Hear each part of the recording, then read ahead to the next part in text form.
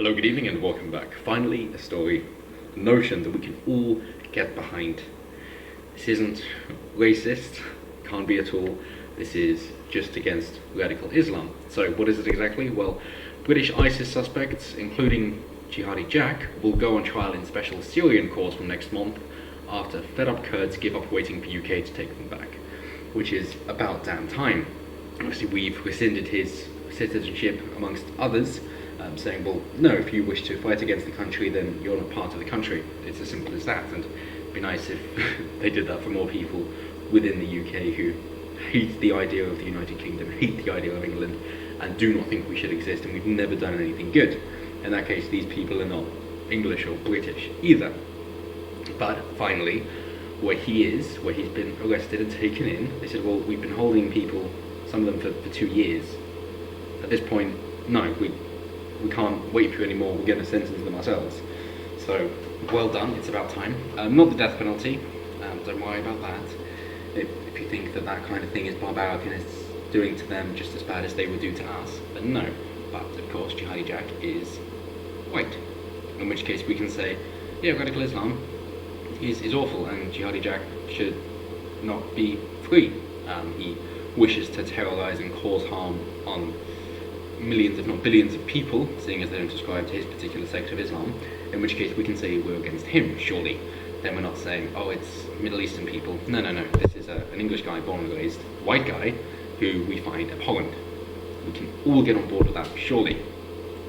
So they say the British ISIS fighters, including Jihadi Jack, are said to go on trial in northern Syria. The Kurds grow impatient over the prolonged legal battle with the Western countries. Well, yes, as with any deal, at some point you've just got to put your foot down and say, well, no, enough is enough. We're going to do things ourselves.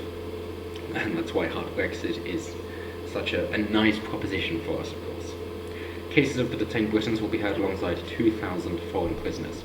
So yes, we're not the only country, but it is still that thought of saying, Syria, they're over there, who cares, we're clearly above them, we don't need to worry about it. So, well, yes, but Britain, it's your problem for not getting rid of this sort of ideology earlier, and if you're not going to do anything about it, then those countries will take matters into their own hands. So they say the cases of 10 Britons detained in northeast Syria by the Kurdish Syrian Domestic Forces, SDF, wonder if they sell sofas as well, will be heard alongside 2,000 other foreign detainees. The move comes with the Kurds growing increasingly frustrated by the prolonged legal battle over the extremists after the UK refused to repatriate them. I would also call them fundamentalists, given that that is what the Quran says, that is what the paedophile Muhammad wished for people to do. Abdul Karim Amar, the co-chair of the Foreign Affairs Ministry of the Autonomous Administration of North and East Syria, told Finland that on Wednesday they will begin the trials next month, Telegraph reports.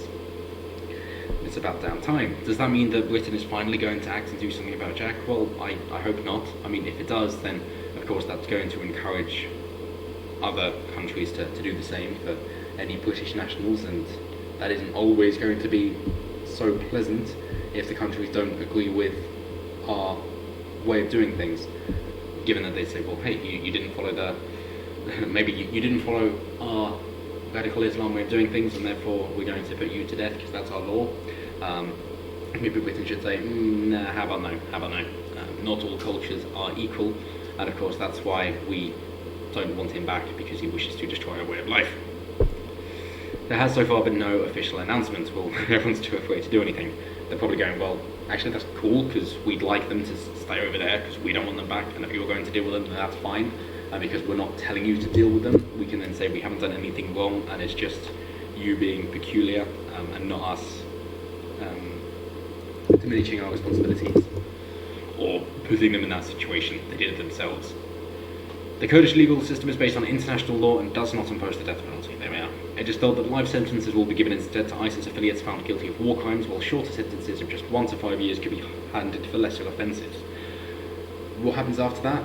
Who knows? Thousands of local ISIS suspects have already been tried in the counter-terrorism courts of the autonomous Kurdish area of northeastern Syria. So it's not as if they don't have a way of dealing with these people. Of course, one response to most of these things is, well, if someone from another country does things that you don't like in your country, then deport them back to their own country. The issue then is, well, when that country doesn't want those people, where are they supposed to go? Well, at that point, you'd hope for some sort of anarchist cove which doesn't have these national laws or regulations where people can hide out if they wish to, and at that point, of course, considering that the people that it would attract would be so damning to any society, they would not form any particular trouble, and if they do decide to take the first strike against you, then of course you take them out. But chances are they wouldn't have any skills to keep themselves afloat, at which point they would essentially just starve to death, in which case that problem is dealt with itself. After all countries have to start from somewhere where people would starve to death if they didn't know how to deal with it, so it's not as if it's unfair or barbaric. It's like, well, yes, you decided to step away from our civilized society, in which case you wish to go back several thousand years, in which case, go do that. That's fine. We're not making you do anything. We're just not letting you attack us. I don't see how that's morally wrong in any way whatsoever.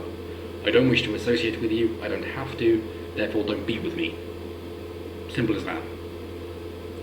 So Western countries, including the UK and France, have been reluctant to repatriate the ISIS fighters over security concerns. I'm surprised that UK or France actually have any of them. But then again, I suppose, seeing as they're white and not brown or black, then we're allowed to do so. And they say the Kurds have been holding some of the fighters for over 2 years. And last but not least, Mohammed Anwar Mir, 40, a pharmacist from Birmingham, funny that, and Asil Mithana, 22, an ice cream salesman from Cardiff, are also behind bars in northern Syria. Yes, well, British Muslims are 3 times likely to join ISIS than they are the British Army, which I think shows where their allegiances lie. Almost as if, as some would say, their religion is that bulletproof that they are more drawn towards these radical sects. So if we're not doing anything to try and cart out these radicals, then of course that's going to happen. If you're going to allow a religion like Islam into the UK, then you have to make it far more moderate and allow people to get on with each other and not force them to be together. If they're going to form ghettos and slums, then you can't permit that if they're not assimilating. We have a way of doing things, a way of life, and we'd like to be able to continue to do that.